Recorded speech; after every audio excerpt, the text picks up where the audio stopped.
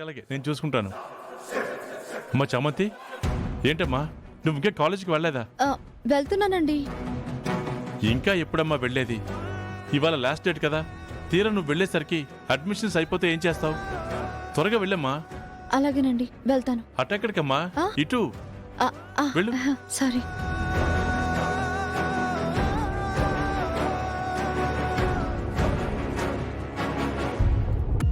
ఇంత తొందరపాటు పనిచేశాను. ఇప్పుడు బిడ్డకి మొహం ఎలా చూపించాలి?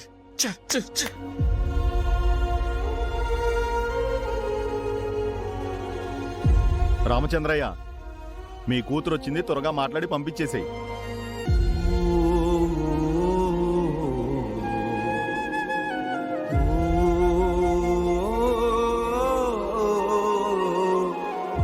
ఏంటి నాన్న ఇది? ఏం చేయాలనుకున్నావు నన్ను?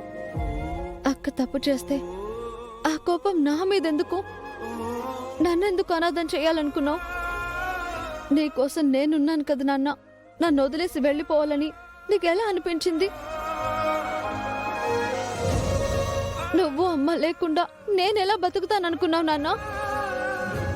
కనీసం నా గురించి ఆలోచించాలి అని కూడా అనిపించలేదా? అది కాదమ్మా. వద్దు నాన్న, ఇంకోసారి ఇలాంటి ఆలోచన వచ్చిందనుకో, నీతో పాటు నన్ను కూడా తీసుకెళ్ళిపోండి. నేను మీతో సంతోషంగా వచ్చేస్తాను. అంతేకాని మీరు లేకుండా